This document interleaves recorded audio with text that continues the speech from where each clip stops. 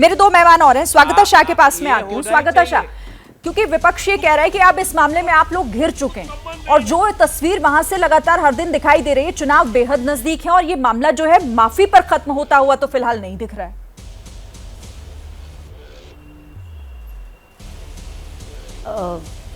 अजय दादा पवार और माननीय प्रधानमंत्री ने इस मुद्दे को लेकर माफी मांगी है। जो भी टेक्निकल इशू हुआ है उसके पीछे कौन है, इसकी जांच पड़ताल शुरू है। इवन अगर ज्योग्राफिकल कोई इशू है, ज्योग्राफिकली कुछ प्रॉब्लम के चलते ही अगर स्टैचू गिरा है तो उसकी भी जांच पड़ताल चालू है। जब तक कोई एक मुद्दे पे या फाइनल कंक्लूजन पे आते नहीं है तब तक कुछ भी कमेंट करना ये गलत होगा। जैसे कि यहाँ मैं अभी डिबेट में देख रही थी, एक दूसरे पे आरोप प्रत्यारोप किए जा रहे हैं, हवा में बातें की जा रही है। इसको पॉलिटिकल मुद्दा नहीं बनाते हुए इसको प्रॉब्लम को सॉल्यूशन सॉल्व कैसे कर सकते हैं, इसके ऊपर देखना चाहिए और अभी उसके ऊपर काम करना चाहिए, मुझे ऐसा लगता है। क्योंकि मैंने हमेशा मेरे लीडर से हमेशा सीखा है, अजय दादा पवार जी हमेशा हर प्रॉब्लम का सॉल्यूशन लेके आते हैं। उन्होंने फटाक से हमारे जो भी हमारी जैसे कि वो जनसंपर्क यात्रा में थे, उन्होंने सबके सामने माफ़ी मांगी और उन्होंने बोला है कि वो कड़ी से कड़ी कार्रवाई करेंगे कि इसके पीछे किसका हाथ है उसके ऊपर। फिर ठीक है, फिर तो अजीत दादा को इस मामले में जल्द से जल्द कोई ना कोई सोल्यूशन लेकर आना चाहिए क्योंकि चुनाव बेहद नजदीक है, नुकसान इसमें बड़ा हो सकता है।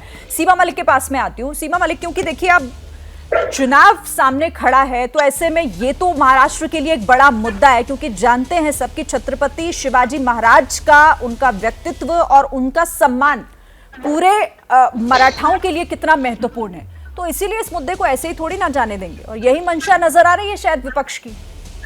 देखिए, ऐसी कोई मंशा नहीं है हमारी और ये बात तो है ही कि बात कोई छोटी भी नहीं है। एक 8 महीने में और एक हमारे जो आइकॉन है उनकी मूर्ति गिर जाती है तो उसको बहुत सिंपली तो लेना नहीं चाहिए इस बात को। और देखिए, एक टोटल भ्रष्टाचार का केस है और कुछ भी नहीं है। दूसरों को भ्रष्टाचारी कहते हैं ये लोग। एक दोहरी नीति है ये बीजेपी की और भ्रष्टाचार इनके टाइम में कितना है और ये तो मूर्ति के लिए टोटल करप्शन है और कुछ भी नहीं है उसमें।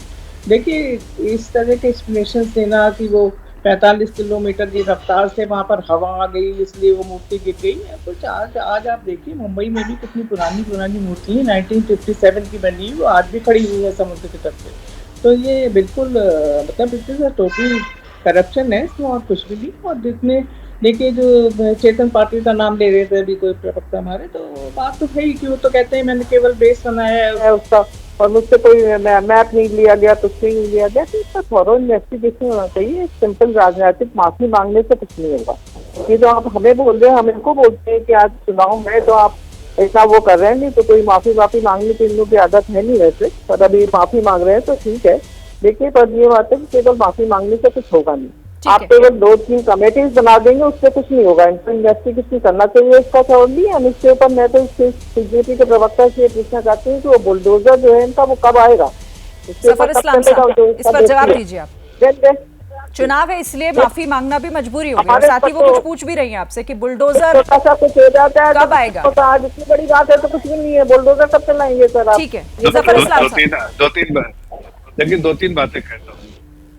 जो आज लोग घड़ियाली वास को बाहर है उनसे ही तो मैं पूछ रहा हूँ कि आपने कब मान सम्मान जो करना चाहिए था शिवाजी का, आपने कब किया? कांग्रेस पार्टी ने तो कभी इसके बारे में जिक्र ही नहीं किया, ना तो कभी मान सम्मान देने का काम किया। हमने तो बराबर दिया है और बराबर देते रहे। लेकिन ये बात है कि हम आराध्य मानते हैं, इनको भी आराध्य मानते हैं, वीर सावरकर जी को। लेकिन वो लोग जो आज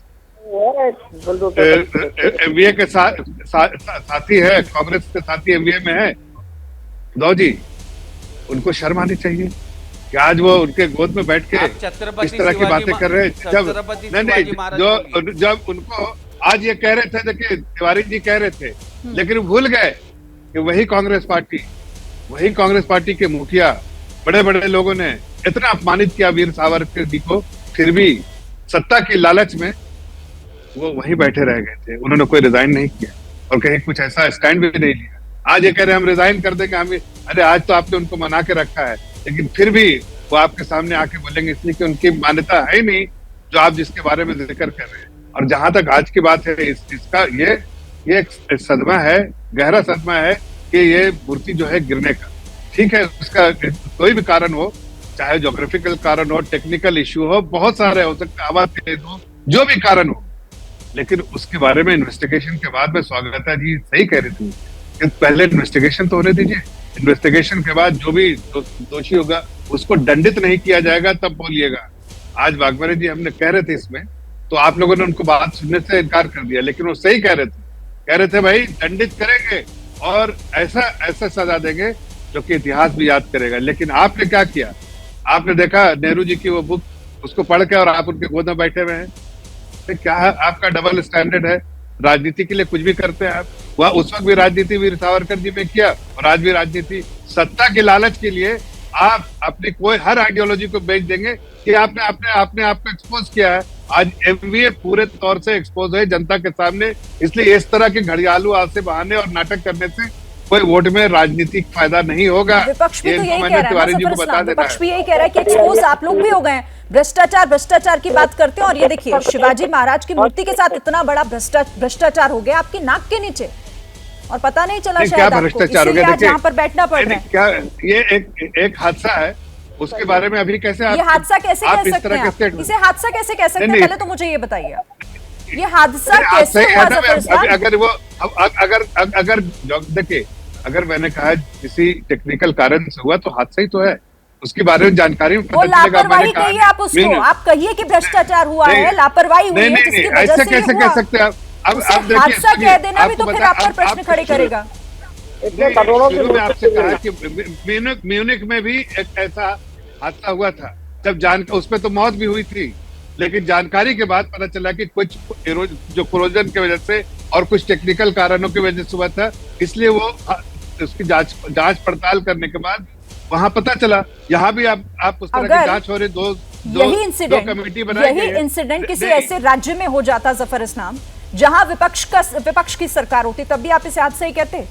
तब तो आप कहते कि देखिए हम भ्रष्टाचार की बात करते हैं और भ्रष्टाचार यहां पर हुआ जिस वजह से ये हो गया, इसलिए मैं आपको कह रही हूं कि इसे हादसा मत कहिए। कम से कम एक तरफ आप जांच की बात कह रहे हैं, एक तरफ आप माफी की मांग कर रहे हैं और दूसरी तरफ आप इसको हादसा बता दे रहे हैं, फिर तो ये भी डबल स्टैंडर्ड है। दो बातें कह रहा हूं। मैं कह रहा हूं कि हमने तो जनता से माफी मांगी, इसलिए जनता से माफी मांगी कि हम उनका सम्मान करते। अगर ये वाकई सम्मान करते तो क्या वीर सावरकर जी के बारे में माफी मांगते?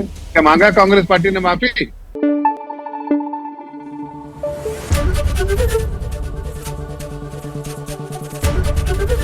एबीपी न्यूज आपको रखे आगे।